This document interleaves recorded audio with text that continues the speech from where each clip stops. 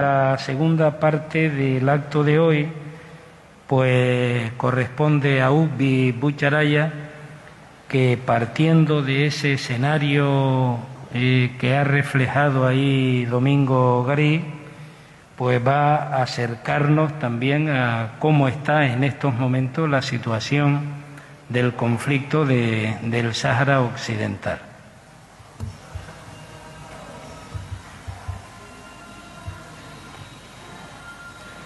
Buenas tardes a todos y a todas.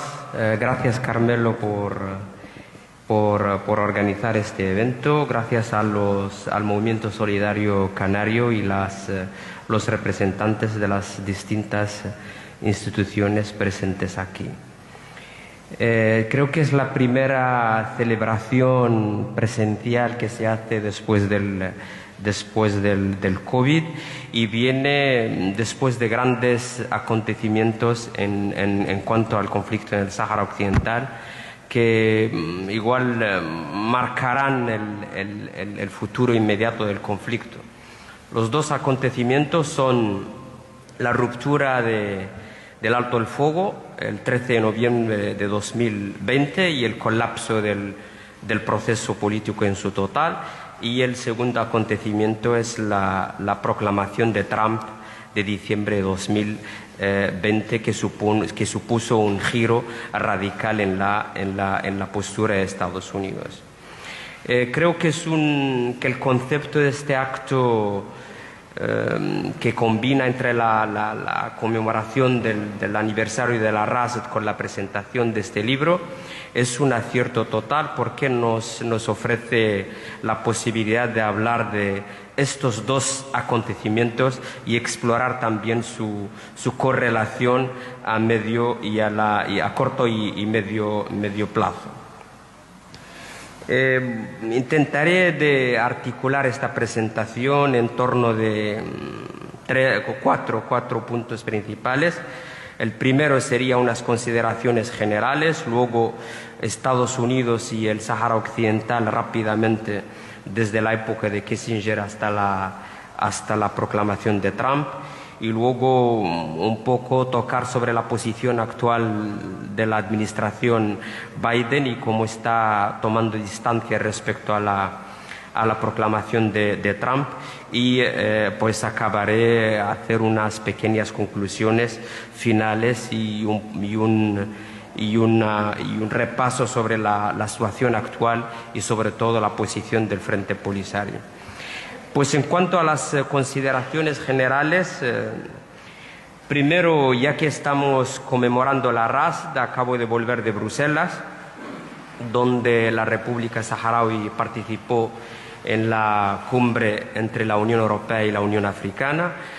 Para nosotros la participación, desde su dimensión simbólica, política y jurídica, y sobre todo con la participación activa de nuestro presidente en esta cumbre, pues supone un logro muy importante, pero también una prueba del fracaso de esta apuesta que hizo Marruecos en su adhesión a la Unión Africana. Porque en 2017, cuando Marruecos solicitó su ingreso en la Unión Africana, tenía prácticamente dos objetivos principales. El primer objetivo era expulsar a la RASD. Después de haberlo intentado durante 30 años desde el exterior, pues le parece más posibilidad de lograrlo desde el interior. Y luego el segundo objetivo es impedir que la Unión Africana haya un rol en la resolución política del conflicto.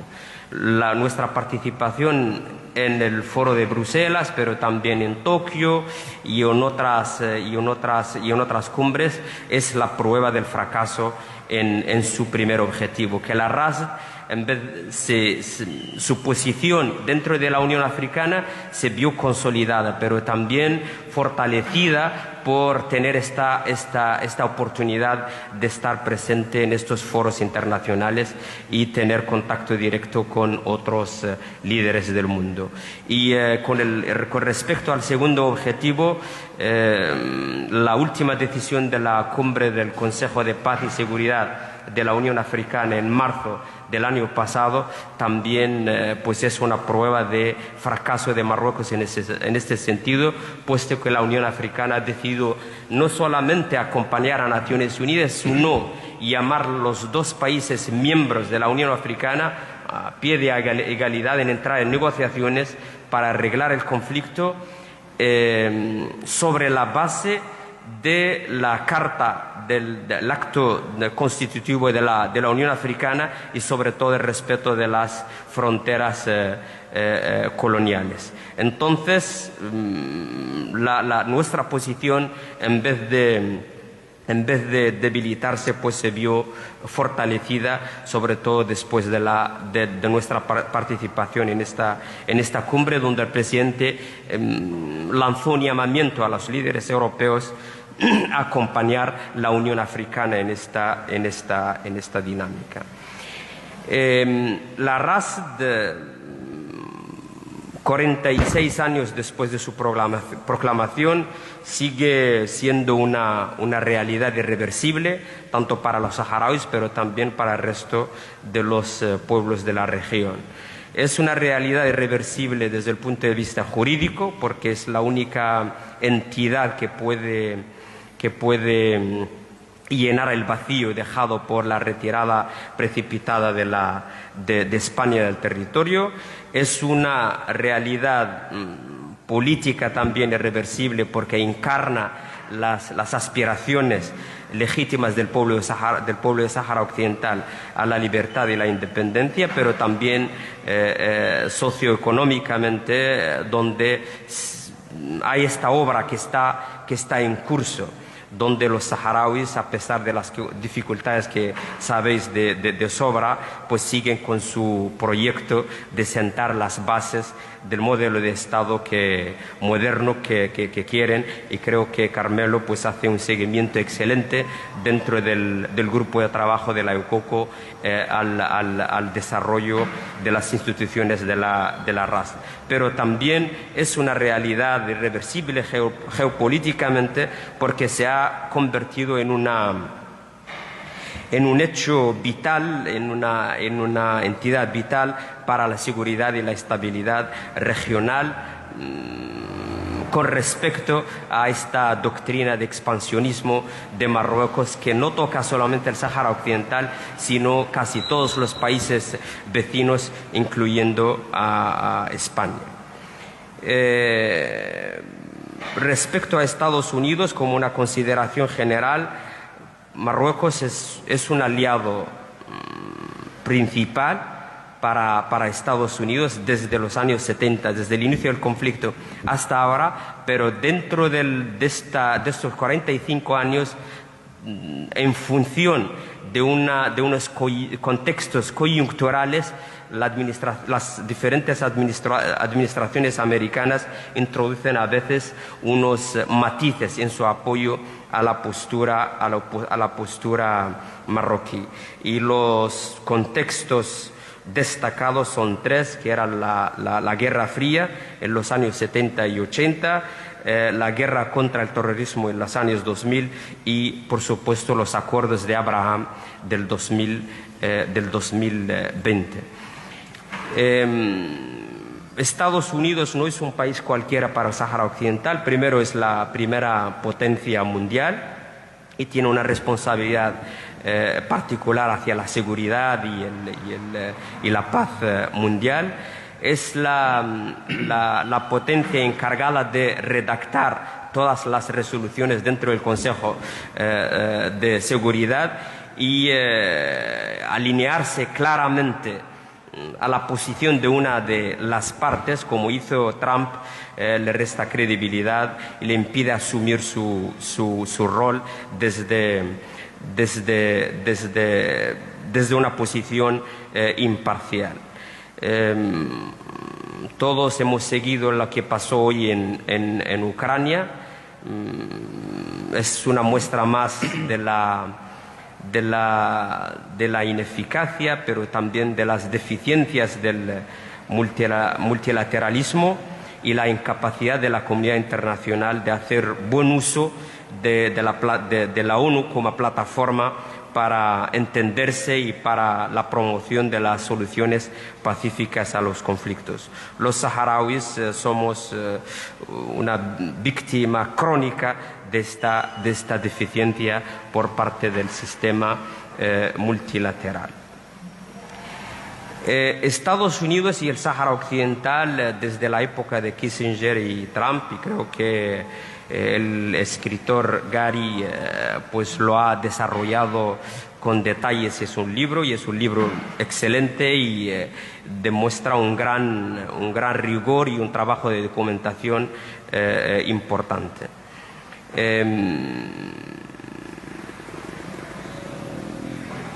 Sin ir en muchos detalles, yo creo que se pueden identificar 4 o 5 etapas de la posición de Estados Unidos. La primera etapa es de 1975 hasta 1988, que el parámetro de la Guerra Fría era el elemento dominante.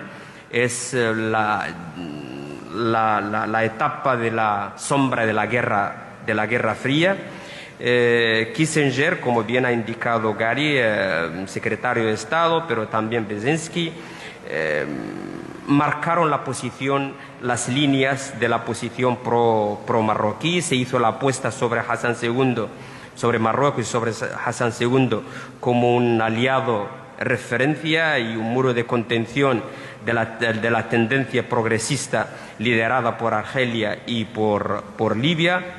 El Frente Polisario fue presentado dentro del panorama mediático, pero también político estadounidense, como un movimiento comunista, a veces pro-soviético, y aquí pues me detengo un poco para aclarar de que desde su fundación hasta ahora el Frente Polisario es un movimiento de liberación nacional, no tiene ninguna orientación ideológica particular, sino es un movimiento que abarca todas las opiniones y todas las tendencias y corrientes políticas, y lo que compartimos entre nosotros hasta ahora en pleno proceso de liberación es solamente la independencia del Sáhara Occidental y luchar por ello. Esta primera etapa, que era la de Ford, presidente Ford republicano, Carter democrático y luego Reagan republicano.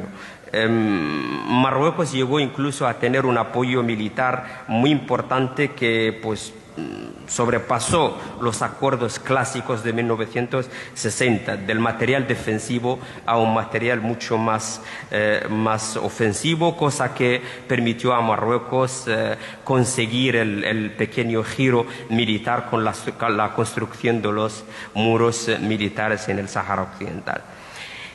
La segunda etapa es entre 1988 y 1997, que se hizo a ritmo del plan de arreglo. Se habla desde Estados Unidos a un nuevo orden mundial después de la Guerra Fría, y donde Marruecos empezó a perder relativamente algo de su relevancia como muro de contención de los movimientos progresistas y de los países progresistas, sobre todo Argelia y Libia. Entonces Estados Unidos en esta época empieza a desarrollar una postura relativamente en línea con el nuevo contexto del conflicto, marcado por el plan de arreglo y el referéndum y el alto al fuego. Y se observa una cierta neutralidad, por supuesto, dentro de la preferencia constante por Marruecos. Y eso caracterizó generalmente los mandatos de de Bush padre y los 2 mandatos de Bill Clinton. La tercera etapa desde 1997 hasta el 2004, lo que yo llamaría el gran descubrimiento por parte de Estados Unidos al Frente Polisario, que se instalaron siempre dentro de la percepción de clichés sin ir más allá a comprender y a entender qué es lo que realmente era el Frente Polisario.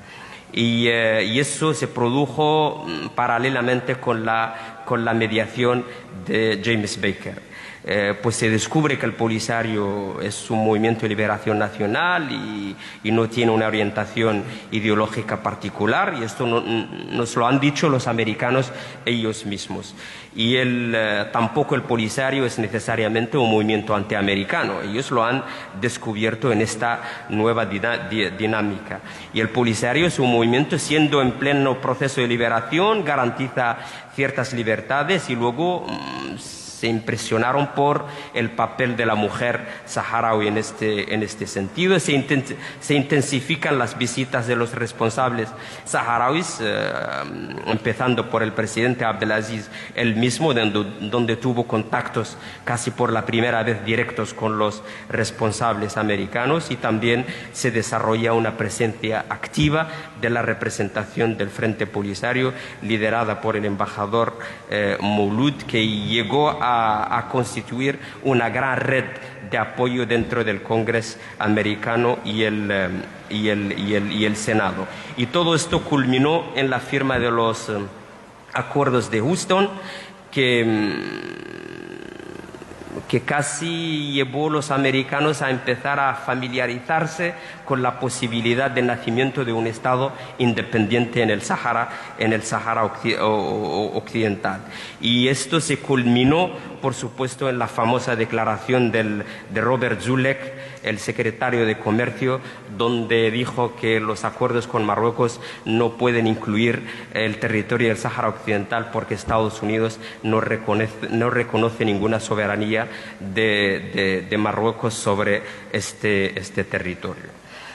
La cuarta etapa es desde el 2004 a 2014, que dominada aún por la sombra de James Baker, y que se vio reforzada por la mediación de Christopher Ross en el conflicto del Sáhara Occidental.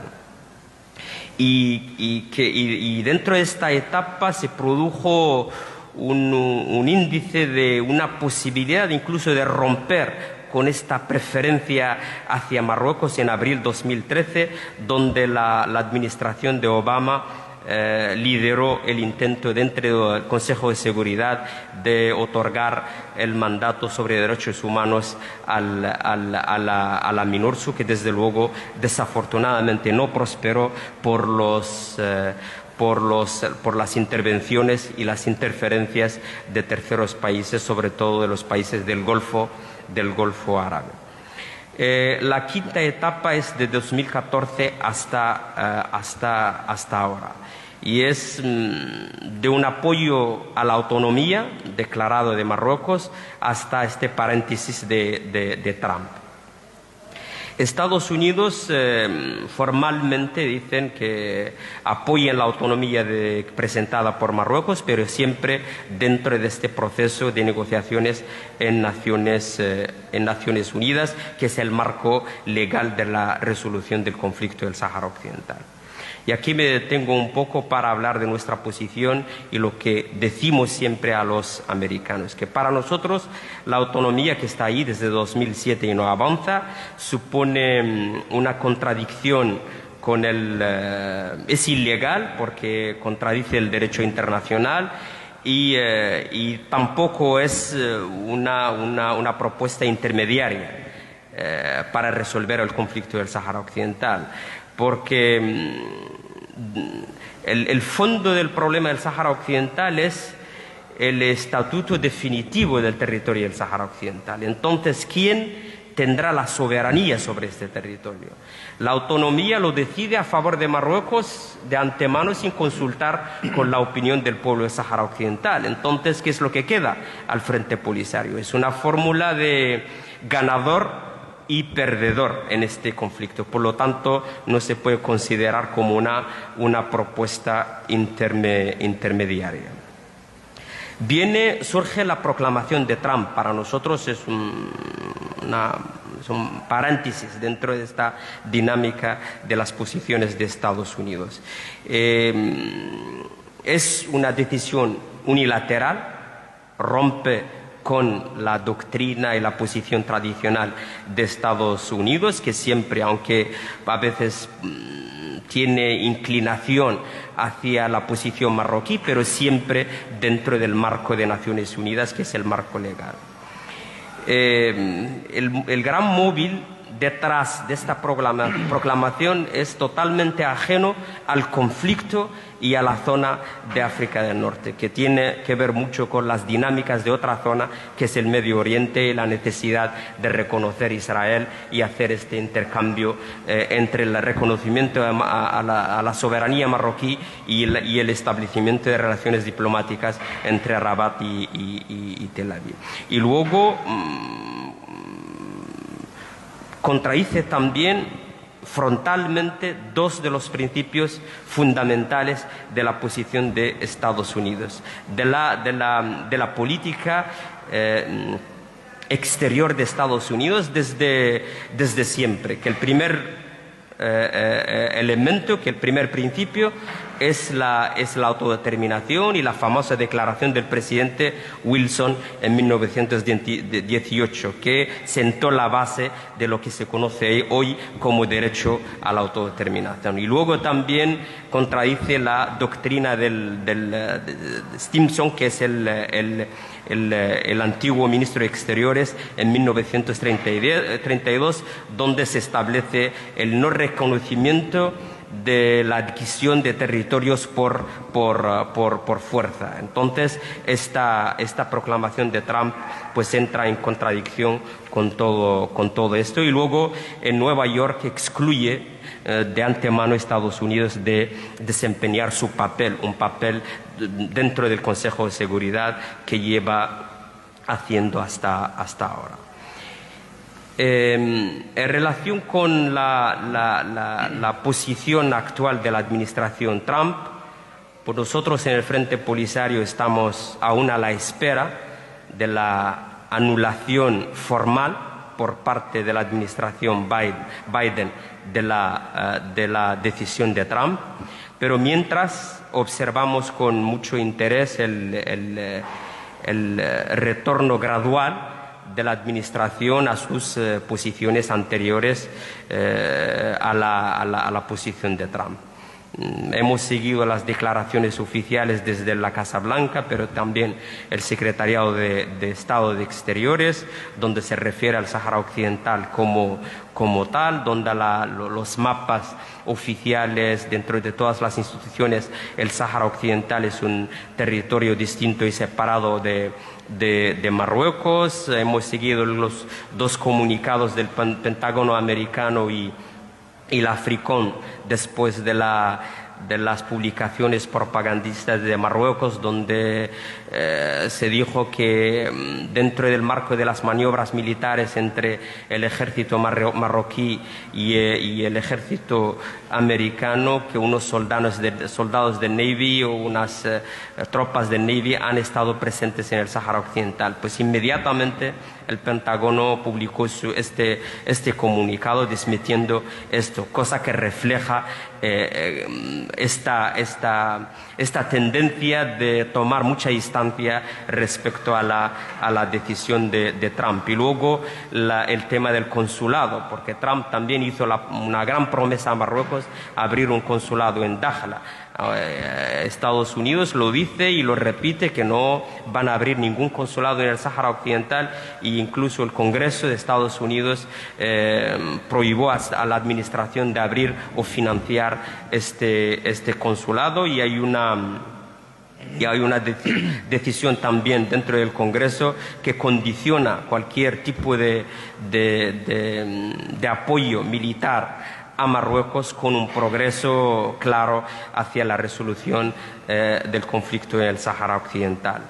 De Estados Unidos depende mucho el éxito o el fracaso del actual enviado personal del secretario general de Mistura. Pues seguimos las gestiones que hace el secretario de Estado Blinken y su equipo en este sentido, esperando a que estas gestiones lleven a la adopción de un nuevo enfoque diferente al de los 30 años que nos ha llevado de nuevo a la guerra. Esto me lleva al último elemento de esta presentación, que es sobre la posición actual del Frente Polisario. Como sabéis, y desde noviembre de 2020, pues se produjo la ruptura del alto al fuego. Estamos en plena guerra. Paralelamente a la guerra, los marroquíes intensificaron sus campañas de represión en contra de los civiles saharauis. De Mistura, que es el nuevo enviado personal, secretario general, efectuó una visita a la región. Se entrevistó con los dirigentes del Frente Polisario, de Argelia, de Marruecos y de Mauritania. Inmediatamente después también se entrevistó con el ministro de Exteriores español, con el mismo Blinken de Estados Unidos y tiene programado otras visitas a otros países interesados en el conflicto del Sáhara Occidental. Su visita fue la primera toma de contacto con las partes. Es de exploración, escuchar las opiniones de las diferentes partes, y nosotros le hemos trasladado nuestra posición, que prácticamente se resume en 3 elementos. El primer elemento, en cuanto a la solución política del conflicto del Sáhara Occidental, ya no conviene repetir estas fórmulas de búsqueda de una solución al conflicto del Sáhara Occidental, porque la solución existe y fue firmada y ratificada por las dos partes en 1991 y también en 1997. Y lo que toca ahora es reactivar este proceso y llevar las dos partes a entenderse sobre las modalidades de organizar lo que se ha acordado. Es el único acuerdo hasta ahora firmado entre las dos partes y se tiene que aplicar. En cuanto al formato de las negociaciones, hemos confirmado al enviado personal del secretario general de que después de los acontecimientos en noviembre de 2020, la ruptura del alto al fuego y el colapso del proceso político, hay un nuevo contexto donde las cosas se tienen que arreglar entre las dos partes en el conflicto, reconocidas por Naciones Unidas, que son el Frente Polisario y el Reino de Marruecos, y de que las fórmulas o los formatos de mesas redondas donde se sienta casi todo el mundo, este formato contribuyó a alimentar esta confusión, y toca centrarse en el formato legal, que es entre las dos partes, el Frente Polisario y el Reino de Marruecos. El tercer elemento es en relación con el alto al fuego. Y lo hemos dicho que 30 años es una experiencia dolorosa para los saharauis.